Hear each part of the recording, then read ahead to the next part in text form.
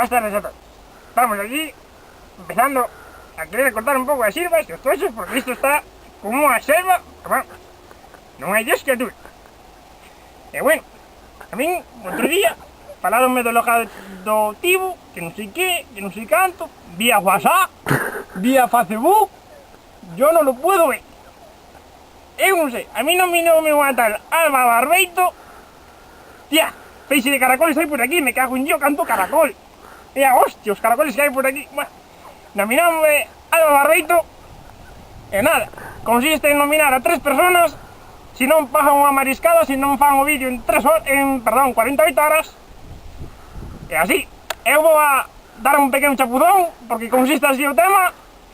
E nada, os meus nominados son Marcos Blanco, porque é meu irmán e hai que nominar a alguén, pois entón, vale. Dios o bendiga. O siguiente, válgaseme Dios, o siguiente vai ser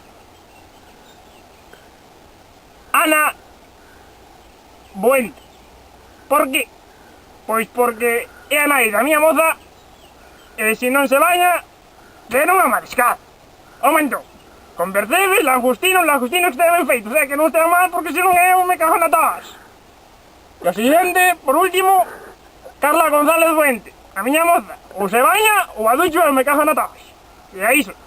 Vamos ao choi.